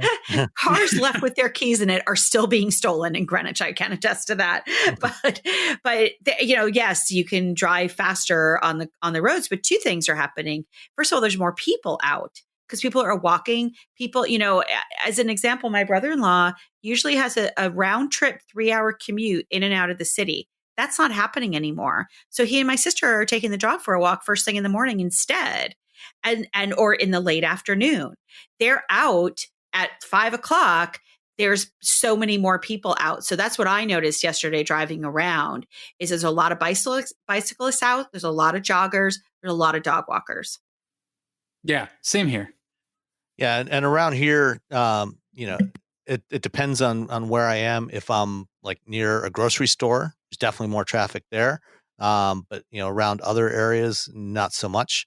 And one interesting thing, there was a tweet the other day from Jerry Hirsch, who's the editor at trucks.com, that an interesting fact about the state of the economy: big rig truck speed at I-710 and I-105 crossing in LA is normally less than 25 miles an hour from 6 a.m. to 8 a.m. According to somebody, the data now shows that at that same location, the speeds are averaging 53 miles per hour as commuters stay home, but the truck deliveries increase. Wow. And there's less pollution as well that they're seeing. Yeah, well, that's the other big thing, especially in Southern California, but and they saw this in China as well, in the wake of the Chinese New Year. There's always the big cities like Beijing and Shanghai, there's always a significant drop in air pollution during that holiday week because people aren't commuting and are not going to work.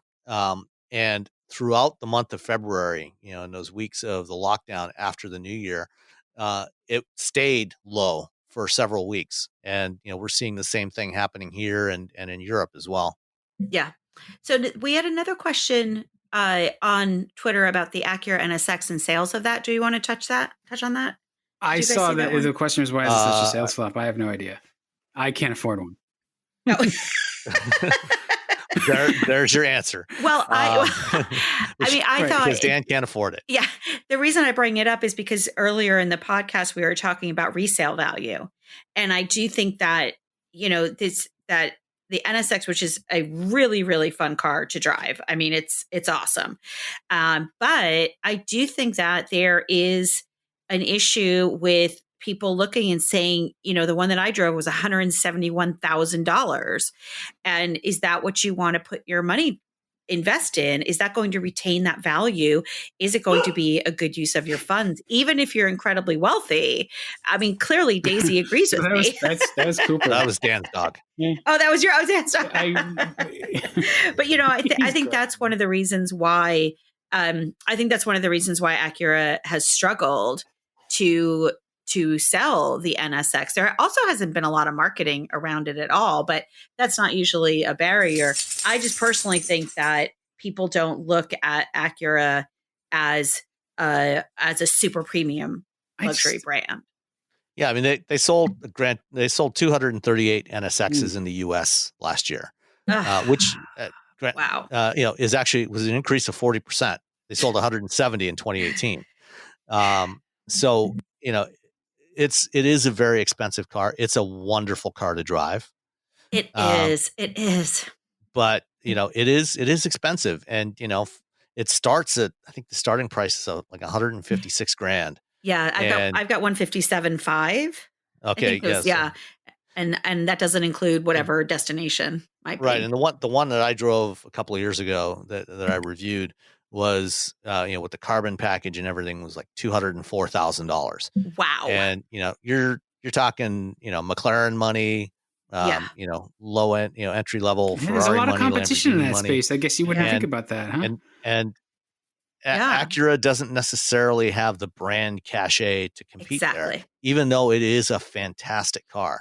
And granted, the plant that builds them, these are hand built cars. So they are expensive to manufacture, and they're very complex. That plant only has a capacity of 1,000 cars a year anyway. So it was never meant to be as big volume as Ferrari or Lamborghini. It was always more of a niche product. And I'm not sure what the global numbers are for NSX. It's probably somewhere in the neighborhood of 700 or 800. So I don't think that they're using the full capacity of that plant, but the capacity is not much to begin with. Yeah, I had written an article last year about it when I had it last summer, and then I also toured the plant. And it's a fantastic facility. It is all hand built. The paint shop is really cool. You can actually watch it being painted. And, there's a lot of really cool things about it, but I absolutely agree. I think that the brand cachet is the number one issue when it comes to selling these types of products. Yeah. I mean, the NSX, the original NSX was such a good car for such a good price. And this one is such a good car for a completely fair market price. Yes, I got to drive the original one. They had it at they had it at an event. It was super cool. It was so neat to drive the original. I only ever drove one once back in 1991. Yeah, when it was it's actually amazing. new. And those cars are why the Ferraris and Lamborghinis got so good, because the NSX was like, hey guys, we got this. Yeah. This is how you do it. Exactly. Send us money and we'll pay for our own flights to car events, and we'll buy an NSX. Okay? You send us enough, we'll all do it. We'll all do it. I would happily park an NSX in the garage next to my Miata. Yeah. Yes. I'd build a garage first, and then and I would park one in my driveway next to the Jeep Gladiator. The Civic can go out in the driveway. The NSX can have the garage space. Sounds like a plan. All right. Well, tune in next week and see if that actually happened. I feel like the car talk guys now. But anyway, thanks for listening. We'll catch everybody next time. Thanks, everyone. Right. Cheers. Bye. Bye.